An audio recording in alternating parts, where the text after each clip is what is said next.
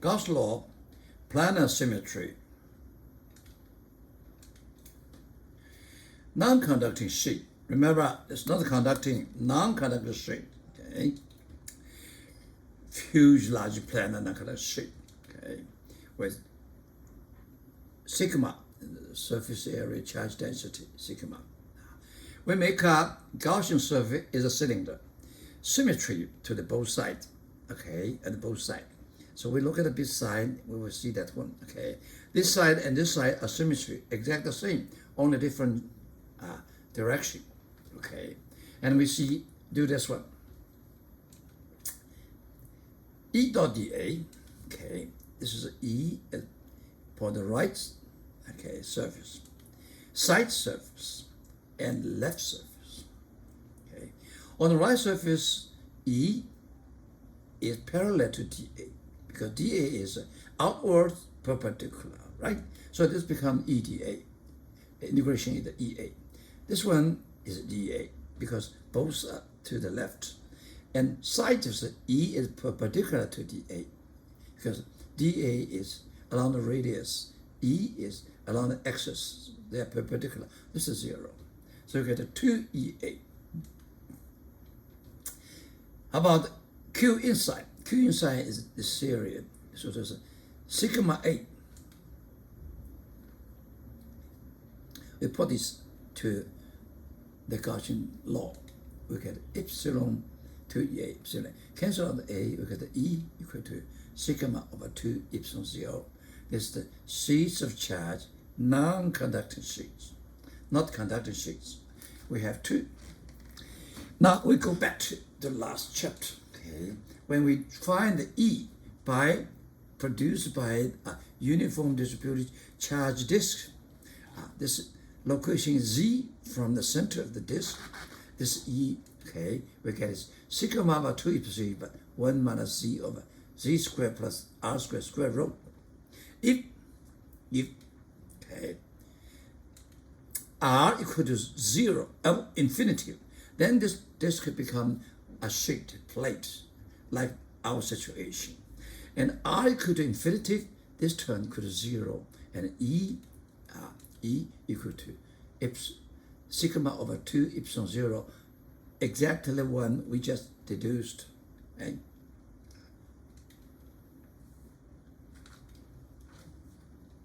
Figures a cross section of a thin, infinite conducting plate with excess positive charge. They're all positive charge. The sigma 1, sigma 2 is the surface charge density. Okay. We know that this excess charge lies on the surface of the plane, both sides, okay? Not inside. Since the plane is thin and very large, we can assume that essentially all the excess charge is on the 2 large faces of the plane. If there's no external electric field to force the positive charge into some particular distribution, it will spread out on 2 faces with a uniform surface charge density of magnitude sigma 1. This is a uniform sigma 1. And this E is sigma 1 over epsilon 0.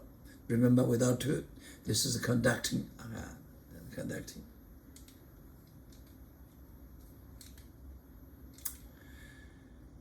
For the same reason, an identical plane with exceed negative charge having the same magnitude as the surface charge density sigma 1 will produce E equals sigma 1 over epsilon 0.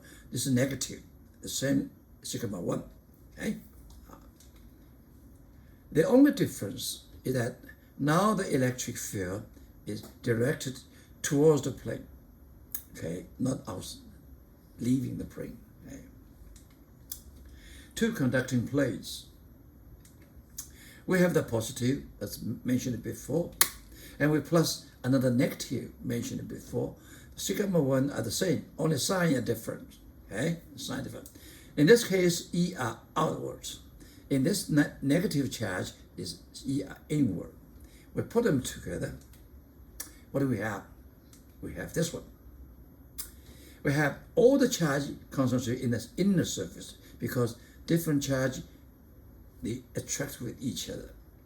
And then so the charge density become 2 sigma 1, 2 sigma 1, and the electric field from left to E. And outside is 0. Okay, why? Because you see, you put them together.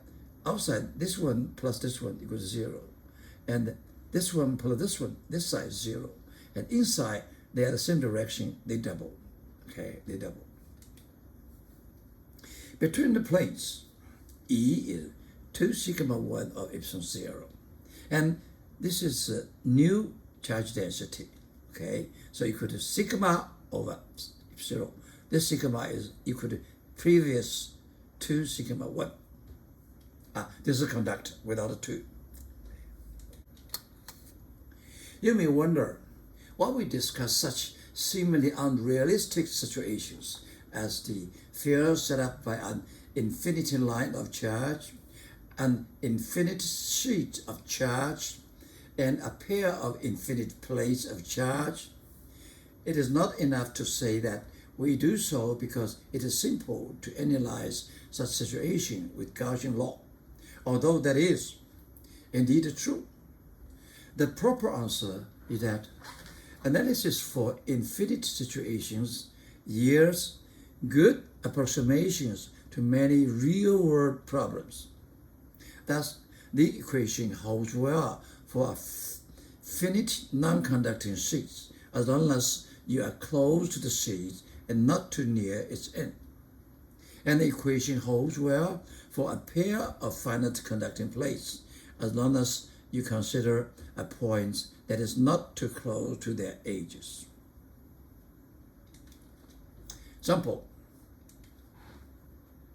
Figure shows portion of two large parallel non-conducting sheets, each with a fixed uniform charge on one side. Okay.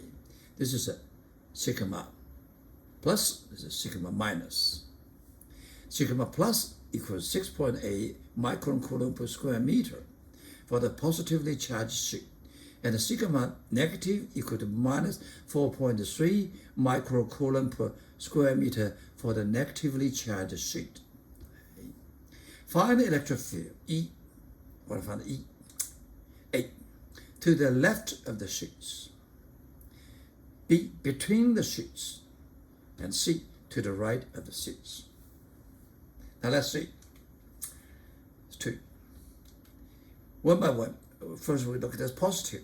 It will have electric field outward. Okay? Okay. This is E outward equal to sigma plus over 2. This is a non-conducting. Okay? We can find this one is outwards. Also, let's see the negative charge. So negative charge, you have charge into it, and magnitude is sigma negative over 2 epsilon 0.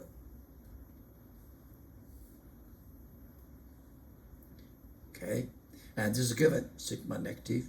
Okay, so this two field we have around these two places, and then we put them together. We find on this, on the left, you have this one E plus, you have this one E minus, because this one's code is on the left, E minus. Okay, in the between, they have same direction, so E plus E minus. On the right, you have E plus minus E minus. Okay, so we get an answer. E left equal to E plus minus minus this direction. Okay, this is towards the left. E between towards the right is put them together. These two together. Okay, and the right is E minus this to the right. Okay, that's it. That's it.